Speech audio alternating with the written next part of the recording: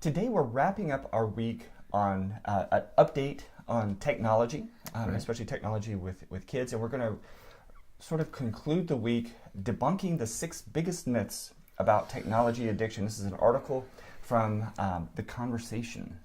Right. In these days of fake news and I only read what I already agree with and confirmatory bias and all that, it was nice to see this article because most of the research that's done on, let's begin. Many parents complain that their children are addicted. Right. Okay, and we've talked about it before, that this probably isn't a real addiction as much as over reliance and dependence. Right. Not the way that we consider addiction for other things. Right. And you and I have always been troubled by that term. Always. That she's addicted or this is an addiction. And when the World Health Organization last spring decided to make this an addiction, gaming addiction, they called it, there were other opinions, other viewpoints expressed. Right. And so all of the research done on what's really going on, what is the effect of all this on children, is all correlational research. Right. You can't establish a direct cause. There's Right. just no way to do that research. So you have all these correlations.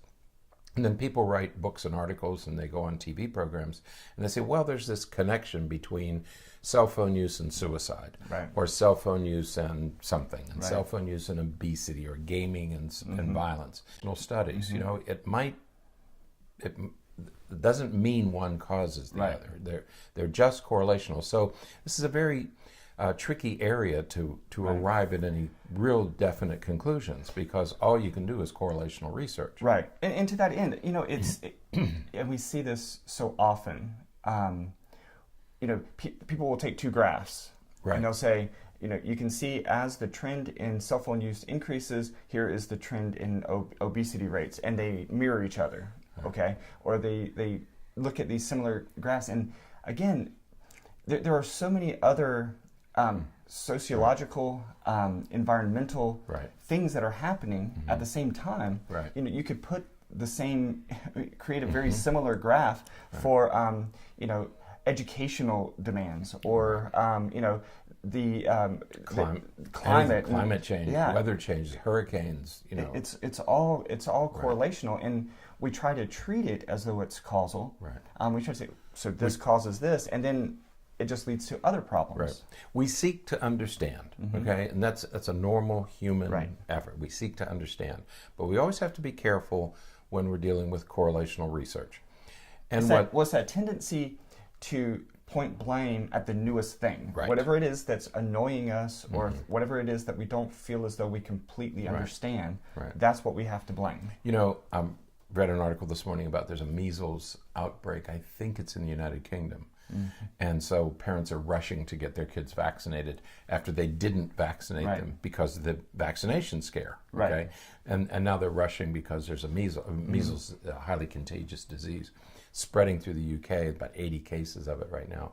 So parents are rushing out now to have their children vaccinated. That was another classic case of correlational research. It was treated as a cause, but in fact, it's simply correlational. It could have been many things, rather than the vaccine or the mercury or whatever. Oh, for the concerns about immunization, right. Okay, so what this person does is he's saying, wait a minute, let's slow down a minute and let's take another look at all this stuff. And when I mention fake news or confirmatory bias, it's good to hear the other side. What other possible explanations are there? Right. This sounds like a reasonable explanation, but are there other possible explanations? Right. And that's how knowledge is built, Right. is to consider other types of information from other sources. Absolutely. So that's what he does. And he gives us pause to think about some of the conclusions that many of us have reached. Right, right. And it is, a lot of this talk is to create a story, to create scare, to create anxiety, to try to correct whatever the author of whatever thing it is that you're reading, to pursue their perspectives. That's right. And we have to keep those things in mind. Most of the things that you read online, and we've talked about this relatively recently, most of the things that we read online are opinion-based. They're not necessarily fact-based. And another thing to remember is that most commercial outlets, news, whether it's a news outlet, a newspaper, they want you to read or listen or watch. So the more sensational it is, the more likely it is that you'll watch it. Right. I mean, there's a reason why fires were so popular on TV, because it makes great visuals. Okay? Right. And why magazines sensationalize things, because that gets people to buy it. Right. Okay. And so the royal family, for example, it sells magazines. Right. The Kardashians sell magazines. And so remember that there is a commercial aspect to this, and there is some sensationalizing. Right. Okay, so it sounds good when you can link suicide to cell phones, because many of us believe that. But he refers to it as fear mongering. He says a lot of this is really fear mongering. Right. He said there's a moral panic in the country right now. So let's slow down, take a closer look at everything. Right. That's what he's asking. So debunking the first myth is that technology is not a drug. Right. And I think that's a great place to start. Right. Because it's not. It's not a drug. Right. It's not. We've talked multiple times on the podcast about, what they do. People who promote the idea of technology addiction always point to dopamine. Right. Right. They always go to dopamine. Good old because dopamine. It releases dopamine, and you know what? Dopamine is what's released when you do cocaine and you do all these other drugs. It's also what's released when you when you eat Watch a a movie, eat a good meal. When you go for a run, it's released all the time. Your body uses it all the time. Right. So just because dopamine is released doesn't mean something is an addiction. Right. And the other thing and so you have to be careful of that. Yes, it does. Using devices, all this technology does release dopamine. But he gives these very interesting statistics, and he has a table in this article posted on the show notes. You'll see it. He said, let's take for a moment that that normal pleasure is 100%. Okay. Okay. And then he says, if we think of fun activities, and anything you enjoy doing, right, you increase dopamine by 50 to 100%. So by a half to doubling the amount of dopamine. Right. Just by, like when I go fishing, or you play golf, or you're with people you like, or you're just relaxing for the evening. Any pleasurable activity about doubles the amount of dopamine. Okay. Cocaine goes up by 350%. Right. Okay. And amphetamines, I think it's amphetamine. Yeah, methamphetamine is 1,200%. Right. Okay.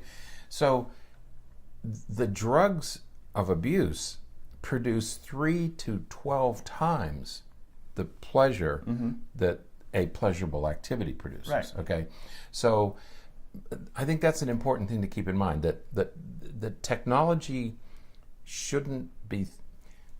It has an effect on dopamine, like everything else has an effect on, and any other pleasurable activity has on dopamine. Right. But it's not the equivalent of a drug of abuse like cocaine or methamphetamine. Yeah. So just looking at the numbers specifically, all right. So baseline, you're at 100%.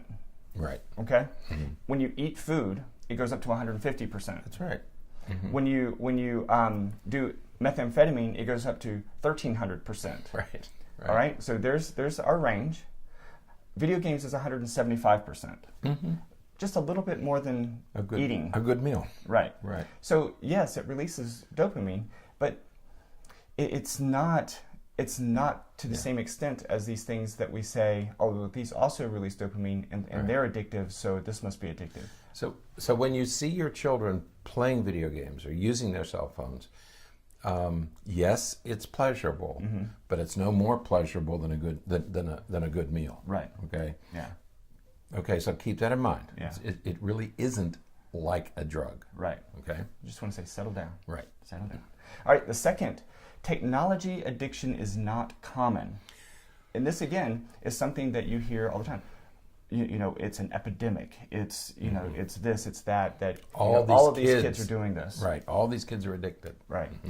And we've never denied that it's not possible to to have a video game addiction or a technology addiction. It is possible. It could be that for some people, that release of dopamine is extraordinarily high, or that that they develop some psychological, emotional connection to them that is just unbreakable. That's possible. It's not likely, but it's possible. Right. But to say that it's as common as especially what the media tries to tout it to be, is really an overkill. Right. I stumbled, and I mean stumbled, onto some interesting statistics.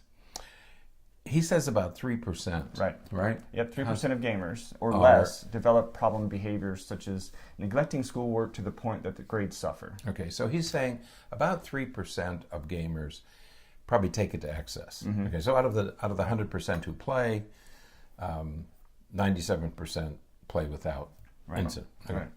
Interestingly, and we've sort of skirted this issue before when we talk about violent video games. Violent video games create violence. Right. Not for most kids. Right. I mean, it might in some subgroup. Right. But most boys play violent video games, and most boys are not violent. Right. Okay. So there's something else going on here. So I looked up some numbers and found that about 6 to 7% of Americans suffer addictions. And I thought it would be a little bit higher than that, but about 19 million people out of 300 million, so about 6 or 7%. About half of them have a mental illness, about 3%. Right. And so you begin to wonder, because we've said this, that for most kids, gaming is not going to be a permanent problem or an addiction. But for the 3% who are prone to mental illness, now you have a different combination. Right. Now you have a kid playing a video game who also has an anxiety disorder, or depression, or some kind of withdrawal syndrome. There's something else at work in the group that shows addictive tendencies. And the fascinating thing with that is that what that often means, just like when we think about other forms of addiction, that means the video games are self-medication to some extent. They're using them as medication. Right. They relieve anxiety, they relieve stress. And when you talk to kids who have that kind of problem, and we have, that's what they say. You know, it brings to mind this whole marijuana thing, because people say marijuana is a gateway drug. It is for those who go on to other drugs. Right. But most people don't. Right. Most people who smoke marijuana never go on to become an addict. Some people do, probably 6%. Right. I'm guessing. Is it 3 to 6%? 3 to 6% of kids who try marijuana will go on to hard drugs. 94% won't. Right. You know, so be careful Right. with this word addiction. Right. Okay. Right. And that leads us really well to the next the next debunked myth, and that is that technology addiction is not a mental illness. Right. It's not the mental illness. Right. Right. There's something else at play. So, Right. you know, and this is the, you know, and I know that I'll get some kickback for this statement, especially since I'm prefacing it with that. I feel the same thing about alcohol and other I agree. Addictions. It's not that they are the mental illness. We classify it as a mental illness, and I get that, I suppose. But the vast majority of the time, and I fail to have an example from my experience where this isn't the case, but I will contend that perhaps there's a possibility out there. Right. But anyone that has a true addiction to anything, there's some mental illness. There's some other mental illness, and the substance that they're using, whatever it is that they're addicted to, that's what they're using to treat that mental illness. I agree with you. It's either trauma or mental illness or something, and they have found something that brings relief. Right. Okay, it might be methamphetamine, cocaine. Depends where you live. If you live in an upper, you know, you're very, very wealthy, you'd probably do powder cocaine. If you're very, very poor, you'll use crack cocaine. Right. But it's used for exactly the same reason. Right. You know. Yeah. And one of the, I've had these discussions, and one of the things that people will bring up is, well, what about those who, you know, do it just because of peer pressure. Right. Okay. Well, if you are a person that abuses anything because of peer pressure, well, we got to think about your ego strength and your personality and some of those kinds of things. It may not be, an overt depressive disorder or anxiety disorder, but it is certainly something related to your personality or your ego development, and it's still psychologically, mentally based in something else. That's right. That's right. So I think we're on. I think it's a good idea to remember that for those kids who really do get addicted, it may be that they're simply treating some underlying condition, and we ought to be looking for the underlying condition rather than blame the video game. Right. Okay. The next debunked myth is that, he puts it in quotes, technology addiction is not caused by technology. Right. Which I think is fascinating. I like this one because of the byline he has there. Okay. It's not the technology that they're addicted to. It's something else. Okay, it's either they're using technology to treat it, but he has this wonderful phrase. People don't think that depressed people who sleep all day have a bed addiction. Right. And we could go on and on and on with different. Do I have a golf addiction? Do I have a reading addiction? Am I addicted to reading? We have a podcast addiction. Right. No, when kids used to read a lot, before technology, like say back in the 60s, or back in the 40s, did a kid who was reading, we had kids who, they were always reading. They have a book addiction. They have a reading addiction. We never thought of it that way. But now kids are playing video games and have a video game addiction. So again, caution, be careful. Right. And I don't think, and this may be an important point, a place to add this in. This is written by Dr. Christopher Ferguson, who is a professor of psychology at Stetson University. Right. So this isn't exactly written by someone who hasn't done research or doesn't know psychological principles. And he says, he works clinically with teenagers, young adults and teenagers, and he has done research in this area. Right. So it is something he knows something about. Right. The next is that technology is not uniquely addictive. Right. Now, we've talked before, I think it was at Stetson, right? That we have this persuasive technology. Right. The idea that, was that Stetson? Stanford. I knew it was one of those. Right. Are they the same? No, I'm just joking. But the idea is that they do things in technology to keep you engaged. Right. But so does McDonald's. McDonald's does things to their food to make you engage and want to eat more. So it's not that it's the technology itself that is uniquely addictive over and above anything else. They do make it persuasive. Right. They call it persuasive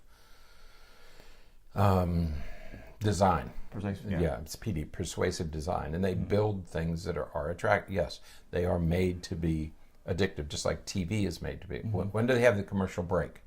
Right at the most exciting part, to keep you there, to keep you coming back. Okay, and they build to a climax, and so this isn't the first persuasive design that we've ever had. Sigmund Freud's nephew came to the United States, and he worked in this area back in the 20s and 30s, and so it's not how does he put it? It's not uniquely addictive. It's like anything else that's fun and engaging. Right. You keep doing it. Exactly. And the last debunked myth is that technology use does not lead to suicide.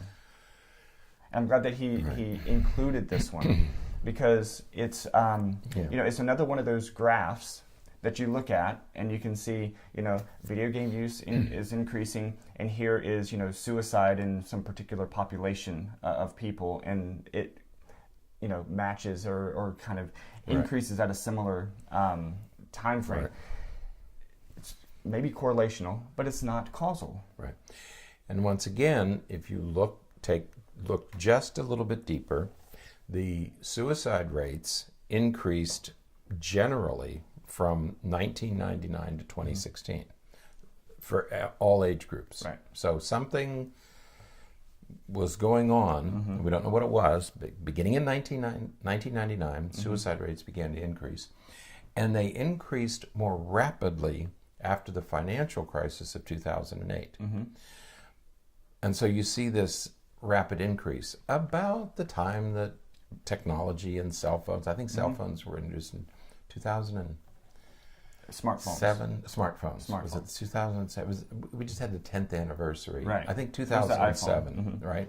So the year before the financial crisis. Okay, Right. so yes, when you look at the graphs, when you look at the lines, around 2007, 2008, but it was the financial crisis, and suicide rates went up faster in middle-aged males, and that's what he attributes the bump to, Right. is the increased rates of suicide Right.